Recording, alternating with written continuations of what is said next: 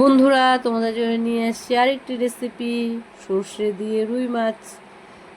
দেখো, মাছটাকে নুন হলুদ দিয়ে ভেজে নেব, লাল লাল করে ভেজে তুলে নেব। আর সেই তেলে দিয়ে দিব কালো জিরে। কালো জিরে নাড়াচাড়া করে তার মধ্যে সর্ষের পেস্টটাও দিয়ে দিব। আর সর্ষের সাথে আমি কাঁচা লঙ্কা বেটে নিয়েছিলাম, তার মধ্যে দিয়ে দিয়েছি হলুদ গুঁড়ো, স্বাদ মতো লবণ আর সামান্য চিনি দিয়ে সর্ষেটা কিছুক্ষণ ভেজে নিয়ে তার মধ্যে অল্প জল দিয়ে সর্ষেটাকে কষিয়ে নেব। কষানো হয়ে গেলেই তার মধ্যে দিয়ে দেবো ঝোলের জলটাও।